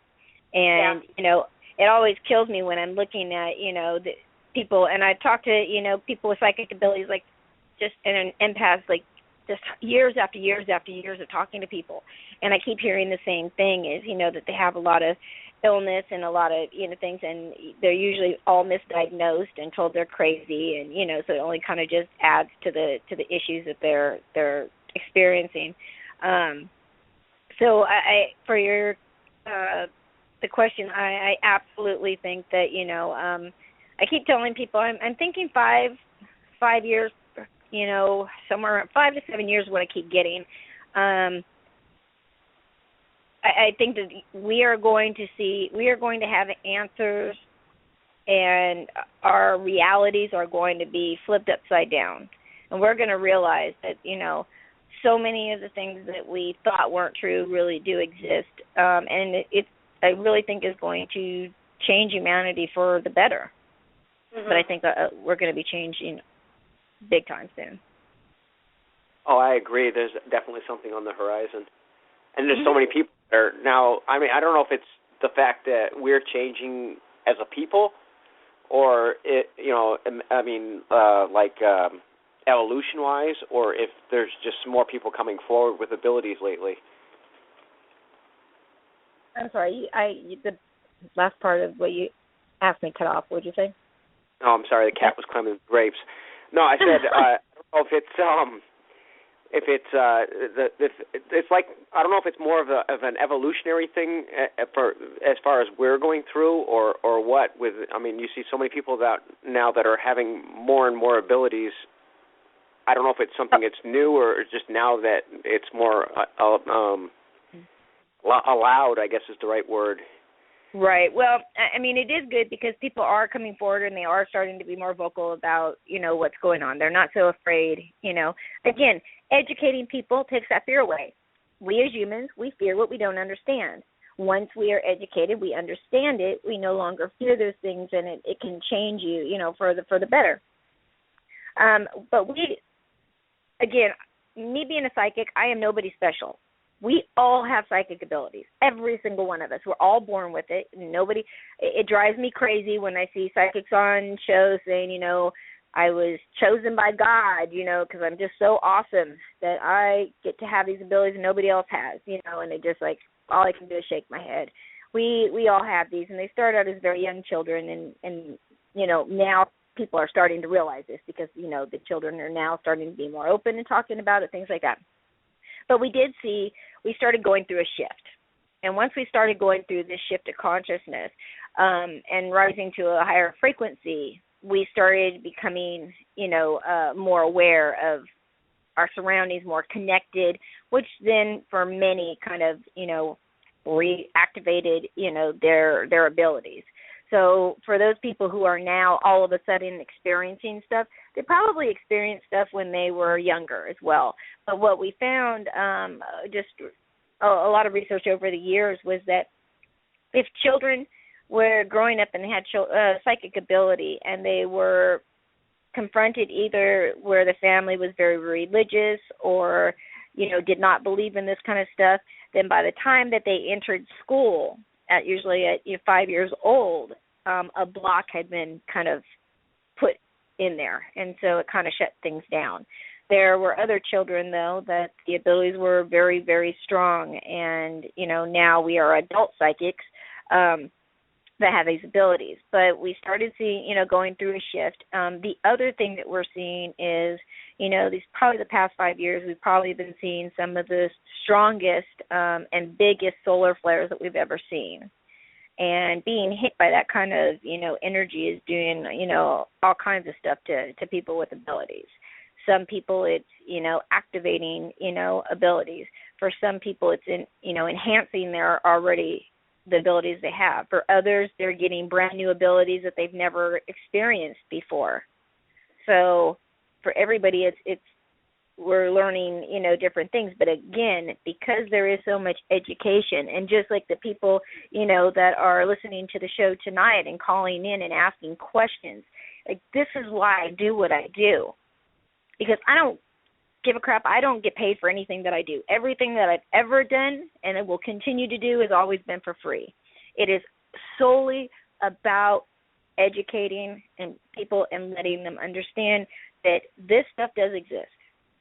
It isn't something that is made up, and again, to help those people that are either affected by the paranormal or have abilities and, need to understand them and be able to control them. So those are going to, stay my top goals in everything that I do. Yeah, and I think that a lot of people are shifting, since this industry has opened up so wide and, so many people have come out with their abilities, a lot of people are really starting to believe more and go old school with, going back to energy healing, holistic medicine, because it's true. These pharmaceutical companies, they're in it for the money, and I really think that a lot of it is making people sicker. I don't believe for a second that they really truly want to cure someone. Sometimes they do. You get the doctors that do. But I've seen people get on medications and they just go downhill. Let me tell you a little story. So, again, I told you that for the longest time, people, the doctors were telling me there was nothing wrong with me, but yet they were always prescribing something for me, right? Yep. Then, but I was in pain. I mean, I felt like I literally would tell them all the time that I felt like I was being strangled from inside of my body. Like, I have it wrapped around, I have scar tissue and connective tissue wrapped around my esophagus. So when I swallow food, it, restricts it, and so, I have to drink, a lot of food, to force everything down. So I'd have to take, this medication for that and, and this for that. And then I had pancreas problems. I had to take some medicine for that. And then they found out that, I had this illness. Well, for the first 20 years of my life, 30 years of my life, they never wanted to give me any kind of medication, pain medication or anything like that for me because they told me it was all in my head. As soon as they found out that I actually did have something and it was pretty bad, well, then they wanted to give me every pain medication under the sun. Yeah. I had never had so many. Like, this stuff makes me so sick. I have such horrible results with, medications. And, I got to the point where I ended up going to a naturalist. And so I went, to her, and I went to some holistic healers and did holistic medicine and things like that. And they were telling me, oh, my God, like I was like, my liver was just toxifying and just turning in, on me, and all these things that were happening. But one of the things that, kills you is I was able, as soon as I said, look, I don't want these things anymore. I said, I'm going to go to, a herbalist, and I'm going to do all of this. And then the doctors started trying to convince me that that's the worst thing I could do. Like, that my only chance was to take all these medications, where they were killing me quicker, and my medication for the month I was on at the time, I think 27 different medications. And wow. My medication amount for my insurance a month was close to $30,000. Oh my goodness. $30,000 a month. Now, because I have good insurance, they would pay a very big portion of that. But if I was, say, to lose my insurance next week for whatever reason, what the hell would I do? Because right. these medications, if are when you're on them, you can't just stop them like that. Like, no. It can literally kill you. So they literally, have a stranglehold on you, and there's really not anything that you could do. Like, how in the hell would I come up with $30,000 to be able to buy my medication so I don't, kick the bucket? It's just a sickening, twisted plot. And when you see commercials, like, I don't even watch TV anymore. I get so tired of it. But, you'll see all these newfound drugs, right? And you always see they've got, somebody's, so sad and so bad. And then all of a sudden they've created this little pill, and you take this little pill, and everything is all good again. And then all of a sudden, really fast and really low, they will throw in the warning. You might have rectal bleeding, you may have vomiting, you may have seizures, all these things. Right, or death, and if you're feeling suicidal, you might want to talk to your doctor. Yeah, please. Right, like, I really want to take this. And then you'll see, a year later, now they've got a class action suit because the thing is killing everybody. Right. But that's how the, medical and pharmaceutical, companies make their money. And believe me, they make a lot of it. Yeah, and I've noticed we used to go to a larger doctor's office, which had, it was a large practice. And, of course, you see the pharmaceutical companies walking in and out, bringing their boxes. And all of a sudden, they're prescribing everybody, every single one of their patients, the same medication. And it's like, do I need this? Do I even need this medication? Because it doesn't seem like this is what it's for. I mean, my doctor, I had severe nerve pain, and they put me on a medication, and really, when you read about the medication, it said it was for seizures, but my doctor says, oh, no, it's to treat nerve pain also. Right. So I'm like, of course, I'm desperate at the time, and I try it. Well, they put me on such a high dose that I literally blacked out for 3 months. Mm-hmm. I used to just fall straight over talking. I do not even remember anything that happened in those 3 months. And I had to end up telling my doctors to basically go screw us, that I can't take this medication. And actually, I had to. Yeah, Ben had to intervene because it was like multiple personalities. I wasn't me. I don't remember anything. Yeah. And yeah. How can that be helping you? But, no, it absolutely can't. We've gone to a lot of energy healers, Reiki healers, doing a lot of more meditation, metaphysical things to try to help just rebalance our bodies. And because, your body has these energy waves that go from organ to organ and different systems in your body. And if they're not clear and functioning properly, all of a sudden you're hit with all these different problems. Oh, right. But, I mean, think about, way before we had all these doctors and stuff, back more in the primal times. We didn't have all these doctors. We used, the medicine right from the land, and they didn't have half of the illnesses that we have. I mean, literally, like, it seems like no matter who you talk to, everybody you talk to is at least taking one or two medications for something wrong with it. It's like it's all around us. So, I mean, going back to the, the way of doing the more holistic medicine, you would be surprised the very natural remedies that you can get that, and some of these medications are so expensive. Oh, my gosh. Like, I don't even understand how certain people can afford them. And unfortunately, a lot of people can't. So, they feel like they're not going to be able to get the help. But you can go to, your health store, and, they'll help you to, get on the right supplements or vitamins and different things for different ailments. And, I mean, they've got books out, and you'd be surprised just things that you have right in your own cupboard. Oh, yeah, right down to making drinking teas to help sleep. Oh, yeah. and anxiety. I know my daughter was having some really bad anxiety, when she transitioned into middle school. And, we consulted with a friend of ours who has a metaphysical store, and, she put together, a real gentle blend of, some camomiles and different types of berries and things.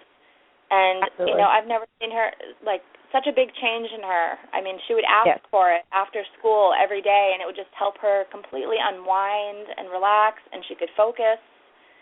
And, but if I would have brought her to the doctor, they would have been like, okay, let's put her on some Ativan or Adderall or something.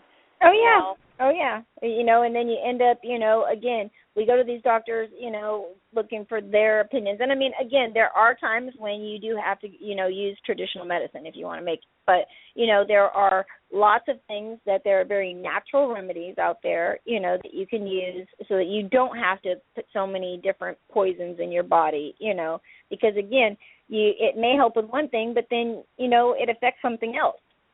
So, are you really winning? So yeah, I'm more for the energy healing and the, more natural ways of doing things.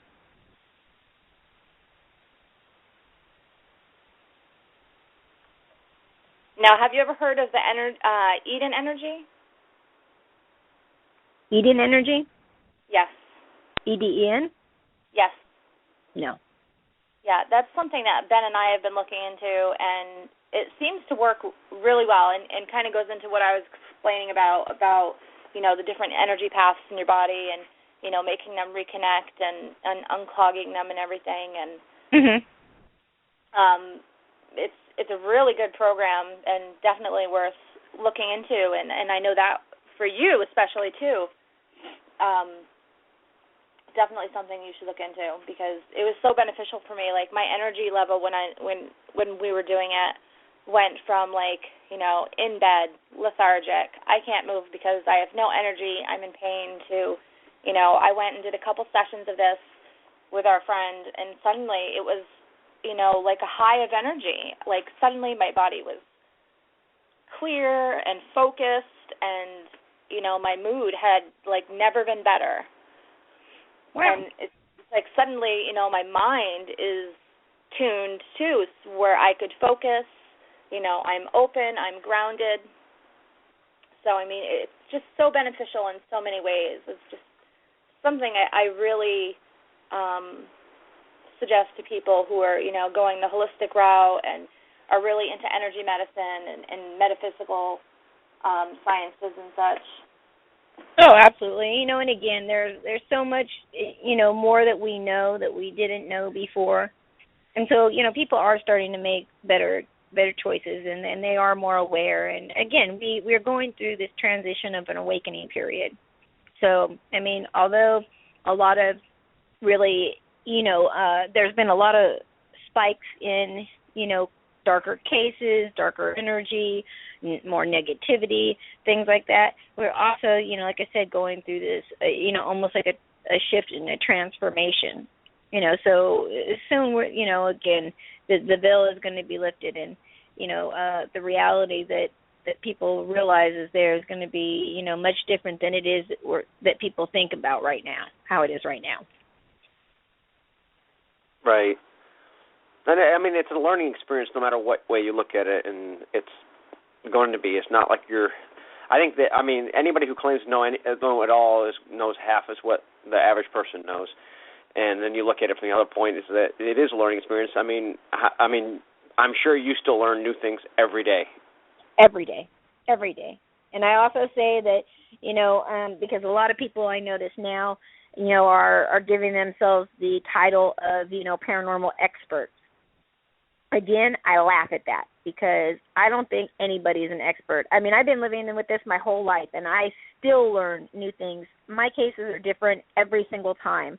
I learn new things every day in every case. So, how in the world can you consider yourself an expert when, there's still so much to learn? I mean, we're still in a very infantile stage of the whole knowledge thing and the understanding. So, who knows? Once you shut down your mind, I'm going to keep learning. That's exactly what I want. That's how we evolve. Mhm. No, it's true, and I think that's, with all maybe the extra energy from solar flares, like you were saying, and everything is pushing everybody. But it is like an evolution in humankind, the way it's working. Oh, absolutely. The shift, that's what the whole shift was, about. It's for people who, really kind of follow all this stuff. They've been talking about it for years, the shift that we're going through. And, then finally we started going through it, and we really did kind of see a great period of awakening. And now we're still kind of, on the back end of that, and we're kind of riding out the wave. And, it's opened so many people's eyes. And, so many people now are coming out where people who were having, activity, say, 10 years ago, and they felt so very, very alone. They, it was not something that you could talk about. There were no shows about this stuff. There was no paranormal witness. Like, if you said that, like, all your neighbors would be talking about you and nobody'd want to, be around you. So if you look back even, 10 years from where we were 10 years ago to where we are right now, it's leaps and bounds. So you can only imagine what it's going to be like now that people's minds are open and they're really out there, researching and pushing the boundaries to try to get these answers. And again, I feel, 5 to 7 years is still what we're looking at, where it'll be really complete. But yeah, there's lots of good things coming. Yeah, there's definitely going to be a lot of change, and I'm one to say that there's different dimensions that I think are crossing. There's a lot of different controversy with outer space, different dimensions, different beings. I just feel like there's going to be some sort of crossover, and we're going to get a lot of different information over these next few years, and, things are definitely going to change, like you said. Well, yeah, and, we're already seeing it right now. I don't know about, most teams because, our fields right now are still, unfortunately, even though we've got a lot of attention to the fields, they're still very fragmented. So, now we've got the paranormal. When I grew up, investigating the paranormal, it meant that you investigated anything, abnormal to everybody else. But now the paranormal is classified, when you're dealing with ghosts and spirits, demonic activity, things like that. Then aliens and stuff like that, that's their own category, their own field. And then cryptozoology is their own field, and it's funny because, I find that, people who will believe in spirits and all that kind of stuff and ghosts, but they can't they have a hard time believing in aliens or UFOs or Bigfoot or anything like that.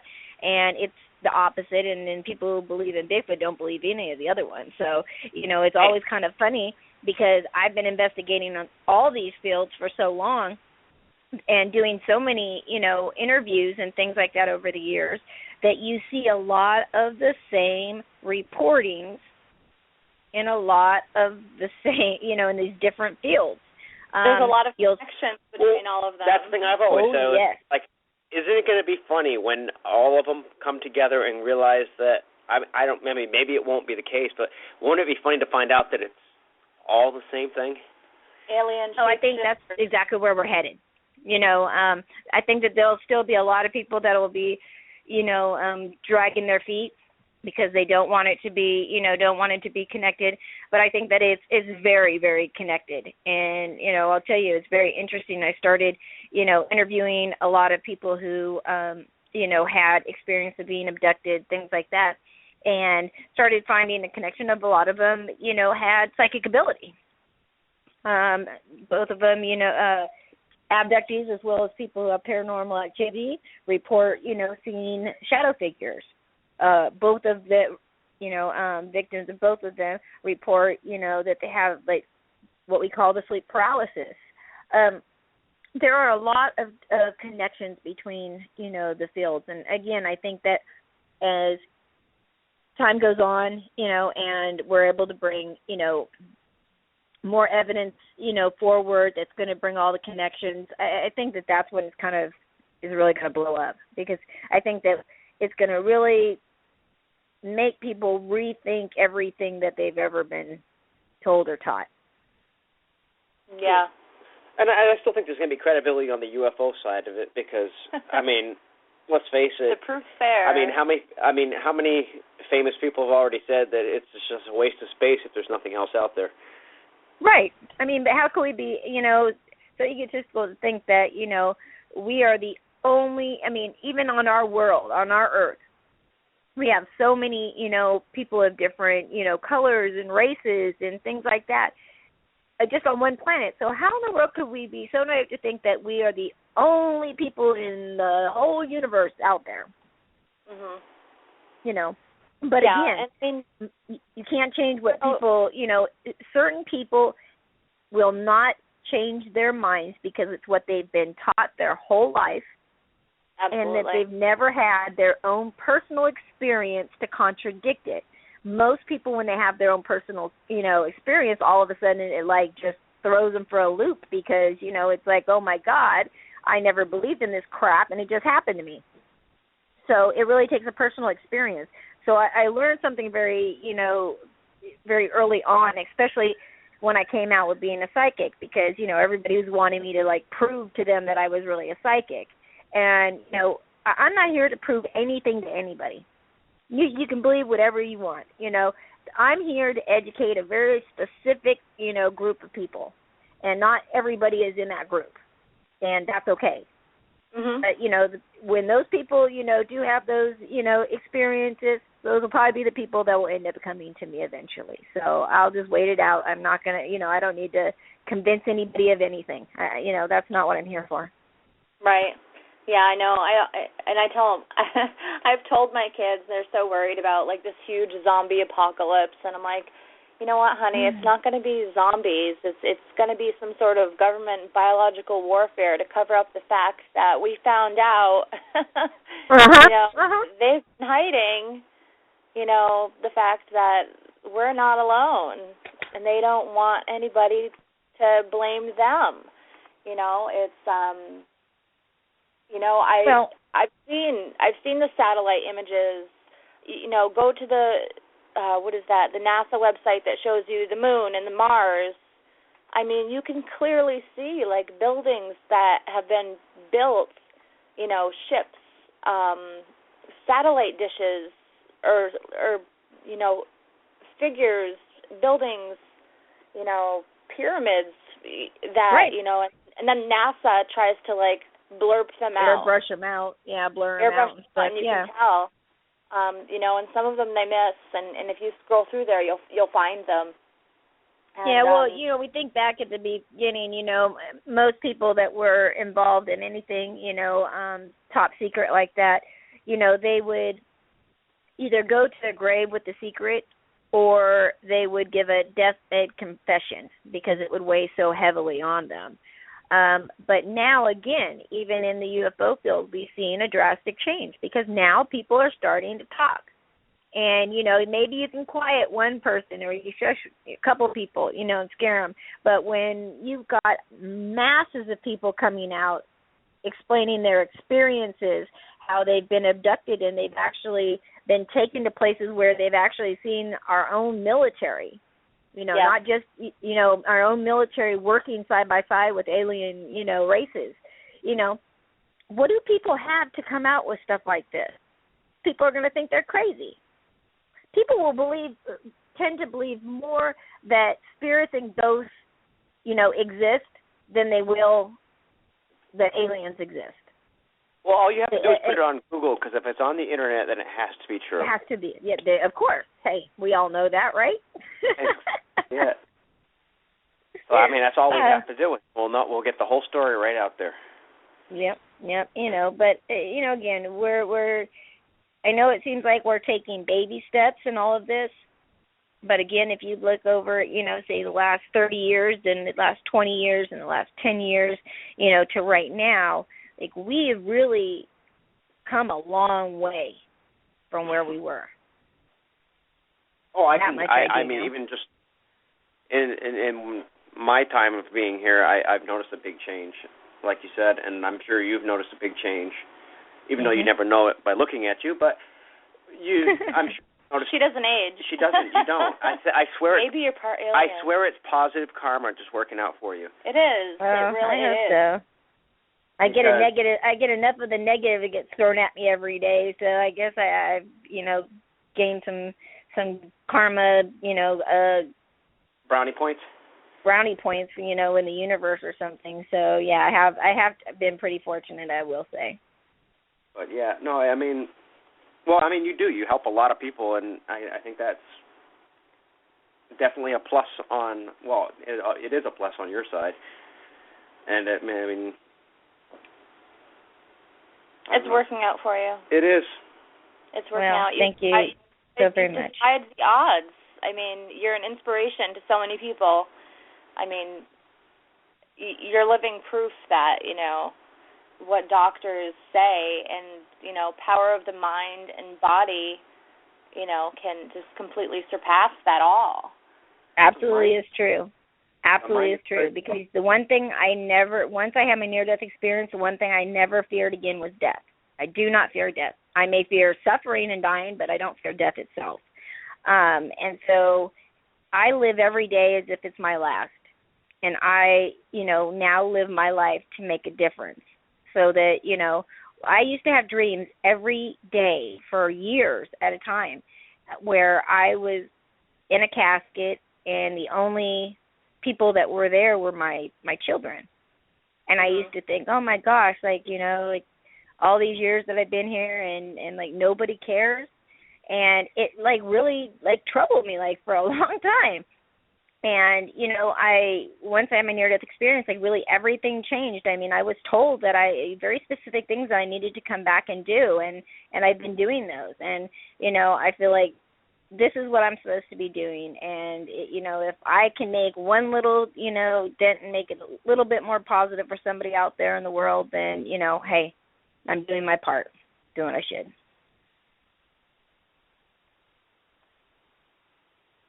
Yeah, definitely. Now, we only have about a minute left, so I definitely want to thank you so much for coming on and talking with us. Like I said, I think you're just such a beautiful person. You're such an inspiration to everybody. I really wish you lived closer. I hate that you're on the other side of the country, and, I hope that we can connect again soon. Please tell our listeners how they can reach out to you if they have any further questions or they need help and direction. Absolutely. You can always email me at paranormalinvestigator916@gmail.com, or you can find me under Paranormal Investigator 916 on Facebook, and it'll say Christina George, have my picture, or you can find my group under PPRS, which is P.P.R.S.